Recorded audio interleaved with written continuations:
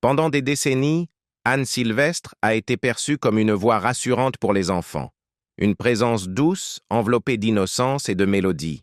Mais derrière cette image se cachait une femme portant des secrets, des deuils et un combat permanent contre le silence. Elle a écrit des chansons qui osaient parler quand la société refusait d'écouter. Et elle a payé très cher ce courage. Ce n'est pas l'histoire que la plupart des gens pensent connaître d'Anne Sylvestre, c'est celle qu'elle a vécue. Une enfance construite sur le silence et la honte. Anne-Marie-Thérèse Beugras est née le 20 juin à Lyon, dans une famille marquée par un secret qui allait façonner toute sa vie. Son père, Albert Beugras, n'était pas un homme ordinaire pris dans le chaos de la guerre.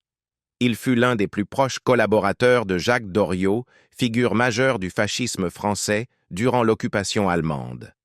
À la fin de la guerre, Albert Beugras fut arrêté, condamné à mort, puis finalement gracié, purgeant 10 années de prison à Fresnes.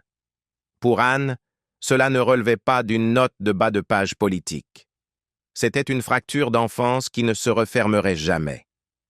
Enfant, elle vit son père partir, disparaître derrière les murs d'une prison et devenir un sujet interdit dans sa vie quotidienne. À l'école, elle fut mise à l'écart, placée dans ce qu'elle décrira plus tard comme une forme de quarantaine morale. Les autres enfants étaient tenus à distance. Les enseignants la regardaient autrement. Lorsque sa famille se rendait au parloir, on lui demandait de mentir, de dire qu'ils allaient ailleurs, de ne jamais prononcer le mot « Fresnes ». Le silence n'était pas un choix, c'était une condition de survie. La douleur s'approfondit lorsque son frère Jean partit pour l'Allemagne, aux côtés de leur père et ne revint jamais. Son corps ne fut jamais retrouvé. Anne l'attendit pendant des années, s'accrochant à l'espoir bien après que la raison l'eut abandonnée. Cette perte sans résolution installa en elle un sentiment d'absence permanent. Un thème qui résonnerait discrètement dans son écriture des décennies plus tard. L'attente, le deuil et les questions sans réponse devinrent des repères émotionnels auxquels elle reviendrait sans cesse. Malgré ce traumatisme, Anne aimait son père. Cette contradiction la hanta. Elle porta en elle à la fois l'affection et la honte, la loyauté et la colère, sans jamais les résoudre. Lorsqu'Albert Beugras sortit de prison des années plus tard, elle choisit de ne pas poser de questions. Non par manque de questions, mais parce qu'elle voulait le laisser vivre en paix. Bien plus tard, elle confiera que si elle pouvait lui parler à nouveau, elle lui demanderait comment il avait pu faire de tels choix. Ce n'était pas la haine qui parlait, mais la voix d'une enfant qui avait porté les conséquences. Ce conflit intérieur façonna Anne Sylvestre bien avant qu'elle n'écrive la moindre chanson.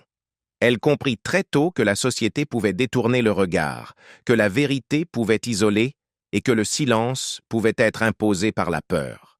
Ces leçons ne la rendirent pas muette. Elles la rendirent précise. Lorsqu'elle trouva finalement la musique, ce ne fut pas comme une échappatoire, mais comme une manière maîtrisée de parler sans être écrasée.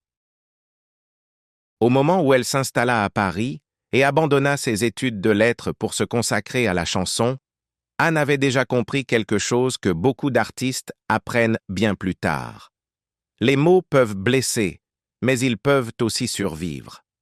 Son enfance ne lui apporta pas le réconfort. Elle lui donna la lucidité. Et cette lucidité allait bientôt la placer en décalage avec une industrie et une société qui préféraient des femmes aimables, dociles et silencieuses. Trouver une voix dans un monde qui ne voulait pas l'entendre. À la fin des années 1950, Anne Sylvestre n'était plus une jeune femme se cachant derrière le silence.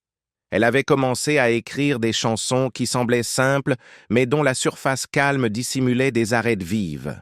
Ses premiers publics ne furent ni des critiques ni des producteurs, mais des marins et des étudiants de l'école de voile des Glénans, où elle chantait sans ambition, simplement pour être entendue.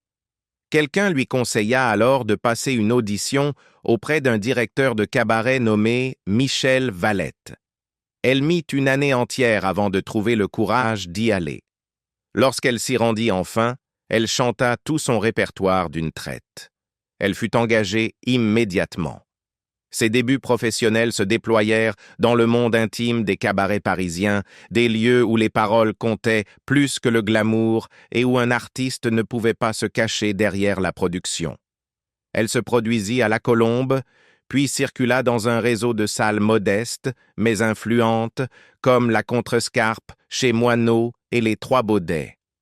Ces lieux étaient impitoyables. Si une chanson manquait de sincérité, le public le savait en quelques secondes. Anne y survécut parce qu'elle ne trichait jamais.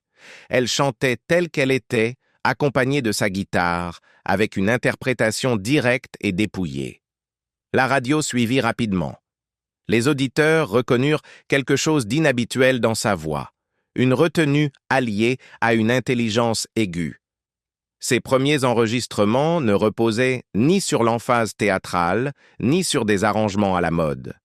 Ils reposaient sur les mots. Lorsque l'une de ses premières chansons, évoquant une femme abandonnée en temps de guerre, attira l'attention, ce ne fut pas parce qu'elle choquait, mais parce qu'elle était juste. Elle écrivait déjà sur les femmes laissées en arrière, sur l'absence, sur la souffrance silencieuse. Ce n'étaient pas des thèmes populaires, mais ils étaient réels. Les critiques commencèrent bientôt à la comparer à Georges Brassens, non parce qu'elle l'imitait, mais parce qu'elle partageait avec lui ce refus de flatter l'auditeur. Comme lui, elle faisait confiance au langage. Comme lui, elle laissait cohabiter l'ironie et la tendresse. Lorsque Brassens lui-même salua publiquement son travail, ce ne fut pas un geste cérémoniel. C'était la reconnaissance, d'un auteur à un autre, qu'il venait d'arriver quelque chose d'essentiel. Sa carrière s'accéléra. Elle publia des albums avec régularité, reçut de grandes distinctions pour ses textes et se produisit dans des salles prestigieuses habituellement réservées aux artistes confirmés. Elle monta sur des scènes comme Bobino ou l'Olympia, non comme une curiosité, mais comme une auteure-compositrice prise au sérieux par ses pairs. Pourtant, alors même que sa réputation grandissait, autre chose se formait discrètement à côté de son répertoire pour adultes. Au début des années 1960, Anne Sylvestre commença à écrire des chansons pour les enfants. Ces morceaux étaient ludiques en apparence mais jamais condescendants. Elle estimait que les enfants méritaient intelligence, humour et honnêteté émotionnelle. Ces chansons seraient plus tard connues sous le nom de fabulettes et deviendraient l'une des musiques pour enfants les plus aimées en France. Les parents leur faisaient confiance. Les enseignants les utilisaient. Les enfants grandissaient avec elles. Ce que le public ne vit pas immédiatement, ce fut le prix de ce succès. Les fabulettes devinrent si populaires qu'elles commencèrent à éclipser tout le reste de son travail. Anne Sylvestre se retrouva peu à peu enfermée dans une image qu'elle n'avait jamais choisie, celle de la femme douce qui chante pour les enfants. C'était une image rassurante, mais elle était incomplète. Tandis que le public fredonnait ses refrains légers, elle écrivait pour les adultes des chansons de plus en plus directes, de plus en plus dérangeantes. En coulisses, l'impatience grandissait. Elle avait déjà appris, une fois dans sa vie, ce que signifiait être réduite, étiquetée, incomprise. Elle ne laisserait pas cela se reproduire sans résistance. La tension entre la manière dont on la percevait et ce qu'elle créait réellement allait définir le chapitre le plus important de sa vie. Les chansons que la société ne voulait pas entendre. Au début des années 1970, Anne Sylvestre atteignit un point de rupture. Elle n'acceptait plus que son œuvre pour adultes coexiste discrètement à côté de ses chansons pour enfants. Le monde autour d'elle changeait, mais trop lentement, et elle ressentait une urgence croissante à parler clairement, sans compromis. Il ne s'agissait pas d'un virage stylistique, c'était un choix moral. En 1973, elle publia une chanson qui allait modifier durablement la manière dont elle était perçue dans l'industrie musicale française. Non, tu n'as pas de nom abordé l'avortement avec une franchise inédite pour l'époque. La chanson parut avant la légalisation de l'avortement en France, dans un contexte où le sujet était entouré de peur, de jugements moraux et d'évitements politiques. Anne Sylvestre n'utilisa pas de slogan. Elle n'éleva pas la voix. Elle décrivit l'expérience avec retenue, empathie et une clarté dévastatrice. Cette retenue la rendait plus dangereuse que la colère ne l'aurait jamais été.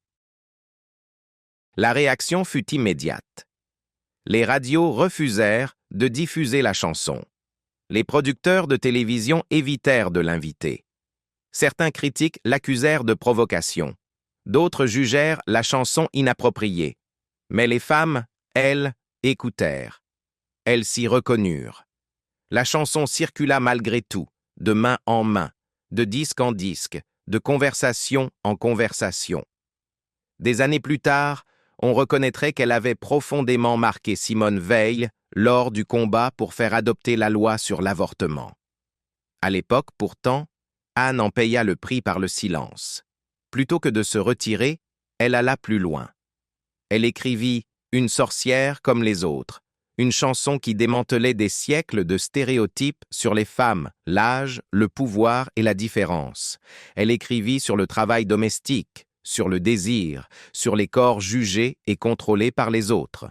Elle écrivit « La vaisselle »,« Mon mystère »,« Rose », des chansons qui refusaient d'adoucir la réalité pour le confort masculin. Son féminisme n'était pas théorique, il était vécu, précis et parfois brutal. Paradoxalement, Anne Sylvestre rejetait l'étiquette de chanteuse engagée, alors même que son œuvre devenait de plus en plus politique. Elle détestait les catégories qui simplifiaient l'intention. Dans l'une de ses propres chansons, elle critiqua ouvertement la manière dont l'engagement servait à classer et à écarter les artistes, en particulier les femmes. Pour elle, écrire n'était pas de l'activisme, c'était une responsabilité. Le silence, pensait-elle, relevait de la complicité. L'industrie ne savait pas quoi faire d'elle. Elle était trop sérieuse pour être vendue comme un divertissement léger, trop populaire pour être totalement ignorée et trop indépendante pour être contrôlée. En 1971, elle se retrouva sans producteur, mise de fait à l'écart. Pendant 2 ans, elle disparut du courant dominant, non par choix, mais par exclusion. Lorsqu'elle remonta sur scène au début des années 1970, la réponse du public fut massive. Cette réaction la convainquit de franchir un pas radical. Elle créa sa propre maison de disques. Une décision presque inouïe pour une femme à cette époque, a fortiori pour une artiste écrivant des textes controversés. En maîtrisant sa production, Anne Sylvestre reprit quelque chose qui lui avait été refusé depuis l'enfance. L'autonomie sur sa propre voix. À partir de là, son œuvre s'approfondit au lieu de s'adoucir. Elle tourna sans relâche, bâtit un public fidèle et continua d'écrire des chansons qui abordaient la violence, la pauvreté, la guerre et l'hypocrisie, sans jamais sacrifier l'élégance musicale. Elle ne cherchait pas à choquer. Elle cherchait à être juste. Le prix à payer demeura pourtant élevé. La télévision l'invitait rarement. L'attention médiatique se concentrait presque exclusivement sur ses chansons pour enfants, comme si reconnaître son œuvre pour adultes obligeait à affronter des vérités inconfortables. Anne Sylvestre comprenait parfaitement ce mécanisme. Elle l'acceptait sans amertume, mais jamais sans lucidité. Elle avait appris depuis longtemps que dire la vérité ne garantissait pas les applaudissements. Cela garantissait l'intégrité. Et pour elle, cela suffisait. Les blessures intimes, derrière la voix publique. Derrière la présence calme d'Anne Sylvestre sur scène, se cachait une vie privée, façonnée par l'endurance plus que par le confort. Elle ne cultivait pas le mystère par effet. Elle refusait simplement de mettre en scène sa douleur en public. Ceux qui la connaissaient le mieux savaient que la précision émotionnelle de ses chansons venait d'une vie passée à observer, à absorber et à survivre, plutôt qu'à exhiber sa vulnérabilité pour obtenir l'approbation. Son mariage avec le contrebassiste Henri Droux fut à la fois un partenariat et un point d'ancrage créatif durant ses premières années. Il l'accompagnait sur scène, partageait la rigueur des tournées et contribua à créer un espace où sa voix pouvait se développer sans pression de conformité. Pourtant, Anne Sylvestre n'a jamais construit son identité autour de la stabilité domestique. Elle protégeait farouchement son indépendance, ayant compris très tôt combien la vie d'une femme pouvait être définie par les choix des autres. L'amour, pour elle, n'a jamais été une soumission.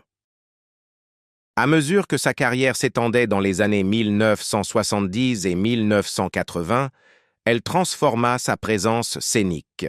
Elle finit par délaisser la guitare qui l'avait accompagnée pendant des décennies et adopta des arrangements musicaux plus complexes, se produisant avec des pianistes et de petits ensembles. Ce n'était pas une évolution esthétique, c'était une déclaration. Elle n'était pas figée dans le temps, ni un vestige de la culture des cabarets, ni une voix rassurante destinée à rester inchangée. Ses concerts devinrent plus théâtraux, plus exigeants et émotionnellement plus denses. Le public ne repartait pas en fredonnant des mélodies. Il repartait en réfléchissant. Durant cette période, Anne Sylvestre affronta une épreuve dont elle ne parla qu'à travers son œuvre. Elle survécut à un cancer, une confrontation avec la mortalité qui affina son rapport au langage. Dans une chanson écrite après cette maladie, elle décrivit l'écriture comme un acte de survie plutôt que d'expression. Les mots, croyait-elle, pouvaient maintenir un corps debout quand plus rien d'autre ne le pouvait. Ce n'était pas une métaphore. C'était un témoignage. Elle subit également une mise à l'écart répétée des médias dominants. Les invitations dans les grandes émissions de télévision étaient rares et souvent inconfortables. À plus d'une occasion, ces interventions furent éclipsées par le comportement provocateur d'artistes masculins, transformant des échanges réfléchis en spectacle. Ces épisodes renforcèrent sa conviction que la visibilité avait un prix qu'elle n'était pas prête à payer. Elle choisit la durée plutôt que l'exposition, la cohérence plutôt que la célébrité. Pour autant, elle ne fut jamais isolée. Elle noua des amitiés profondes avec des artistes qui la considéraient comme une égale plutôt que comme une curiosité. Des musiciens plus jeunes sollicitaient ses conseils. Des interprètes confirmés traitaient son œuvre comme une référence plutôt que comme une source d'inspiration. Elle soutenait les voix émergentes, collaborait avec générosité et ne protégeait jamais son héritage comme une propriété privée. Si quelque chose la rassurait, c'était de voir ses chansons portées par d'autres. Son sens de l'humour, vif et parfois déstabilisant, surprenait ceux qui s'attendaient à une gravité permanente. Elle pouvait être directe, ironique et discrètement espiègle. La notoriété n'adoucit pas ses aspérités. L'âge n'émoussa pas sa curiosité. Elle suivait attentivement les parcours des jeunes artistes, non pour se comparer, mais pour comprendre comment le monde changeait et quel langage il exigeait. Puis survint l'événement qui allait bouleverser irréversiblement le rythme de sa vie. En novembre 2015, son petit-fils Baptiste Chevreau fut tué lors de l'attentat du Bataclan. Il était jeune, musicien et profondément aimé. La nouvelle ne surgit pas d'abord dans les tabloïds. Elle s'imposa comme un fait trop lourd pour être immédiatement mise en mots. Anne Sylvestre ne parla pas publiquement de cette perte dans le détail. Elle ne transforma pas son deuil en déclaration. Mais ceux qui assistèrent à ses concerts par la suite perçurent immédiatement le changement. Ses silences s'allongèrent. Certaines chansons prirent un poids nouveau. Les thèmes qu'elle explorait depuis des décennies, la violence, l'innocence, la cruauté, l'absence, n'étaient notés plus de simples observations. Ils étaient devenus une réalité vécue. Cette perte ne mit pas fin à son travail, mais elle le ralentit. Elle l'approfondit. Et elle marqua le début d'un dernier chapitre où la présence comptait davantage que la productivité. Les dernières années et le poids de la survie. Après la perte de son petit-fils, Anne Sylvestre n'annonça jamais un retrait, mais son rapport au monde changea. Elle continua de se produire, de écrire, de monter sur scène, mais tout se fit plus lentement, plus consciemment. Ceux qui la suivaient de près comprirent qu'un déplacement fondamental avait eu lieu. Elle ne cherchait plus à ajouter quelque chose à son héritage. Elle protégeait ce qui subsistait de son équilibre intérieur. Dans ses derniers concerts, Anne Sylvestre n'adoucit pas son répertoire. Au contraire, il se resserra. Elle choisit des chansons qui exigeaient l'écoute plutôt que l'applaudissement. Les salles se remplissaient non parce qu'elle était à la mode, mais parce que son public avait grandi avec elle. Beaucoup l'avaient découverte enfant grâce aux fabulettes, avant de revenir des décennies plus tard et de comprendre qu'elle leur parlait depuis toujours, simplement à travers différents registres de la vie. Elle traversa cette longue carrière sans nostalgie. Lorsque des anniversaires furent célébrés, elle refusa l'idée d'un regard rétrospectif tourné vers l'autosatisfaction. Elle y voyait une continuité. Écrire, pour elle, n'avait jamais été une question d'étape. C'était une nécessité. Même passé 80 ans, elle suivait avec attention les débats politiques, les évolutions culturelles et les luttes des jeunes générations. Elle croyait profondément à la transmission, pas à l'héritage figé. Malgré son importance, la reconnaissance institutionnelle arriva tard, et souvent de manière incomplète. Si son œuvre était saluée par ses pairs et reprise par d'innombrables artistes de plusieurs générations, les médias dominants restaient sélectifs dans leur manière de la présenter. Trop souvent encore, elle était réduite à ses chansons pour enfants, tandis que son œuvre pour adultes était traitée comme un chapitre secondaire et non comme le cœur de son identité artistique. Anne Sylvestre percevait parfaitement cette distorsion. Elle l'acceptait sans résignation, mais jamais sans lucidité. Dans l'intimité, elle portait une fatigue. Pas seulement physique, mais morale. Le monde qu'elle avait interrogé pendant des décennies ne semblait pas apprendre assez vite. La violence persistait. Les droits des femmes restèrent fragiles. La guerre revenait sans cesse sous d'autres noms. Pourtant, elle ne se replia jamais dans l'amertume. Son écriture conserva une compassion intacte, même lorsqu'elle décrivait la cruauté. Cet équilibre était sa signature. À la fin de l'année 2020, Anne Sylvestre se préparait à repartir en tournée. Il n'y avait dans ses projets aucun sentiment d'adieu, aucun geste public de clôture. Puis, le 30 novembre, elle mourut soudainement à l'âge de 86 ans, des suites d'un accident vasculaire cérébral à Neuilly-sur-Seine. L'annonce fut faite discrètement par son attaché de presse. Il n'y eut ni spectacle, ni adieu orchestré. Elle fut inhumée dans la plus stricte intimité, dans le caveau familial, loin des scènes et des microphones. La retenue de son départ reflétait la discipline de toute sa vie. Presque aussitôt, les hommages affluèrent, non sous forme de titres sensationnels, mais comme des témoignages personnels. Artistes, écrivains, comédiens et auditeurs racontèrent comment ces chansons avaient accompagné leurs doutes, leurs colères, leurs moments décisifs. Son nom commença à être donné à des écoles, des lieux culturels et des programmes d'études. Des colloques universitaires furent consacrés à son œuvre. Podcasts, livres et spectacles revisitaient ses chansons non comme des vestiges, mais comme des textes vivants. Son influence ne se mesurait pas en chiffres de vente, mais dans le langage, dans la manière dont on parlait de dignité, de doute et de résistance. Anne Sylvestre n'a pas laissé derrière elle un mythe poli pour l'admiration. Elle a laissé une œuvre qui refuse le réconfort sans vérité. Ses chansons demeurent dérangeantes parce qu'elles sont précises. Elles restent actuelles parce qu'elles n'ont jamais été écrites pour flatter l'instant présent. Elle avait un jour suggéré que lorsque les mots viendraient à lui manquer, d'autres fabriqueraient les leurs à partir de ce qu'elle avait donné. C'est exactement ce qui s'est produit. Anne Sylvestre n'a jamais demandé à être retenue comme un symbole. Elle demandait seulement à être écoutée honnêtement. Quelle chanson d'elle vous semble encore parler le plus clairement au monde dans lequel nous vivons aujourd'hui?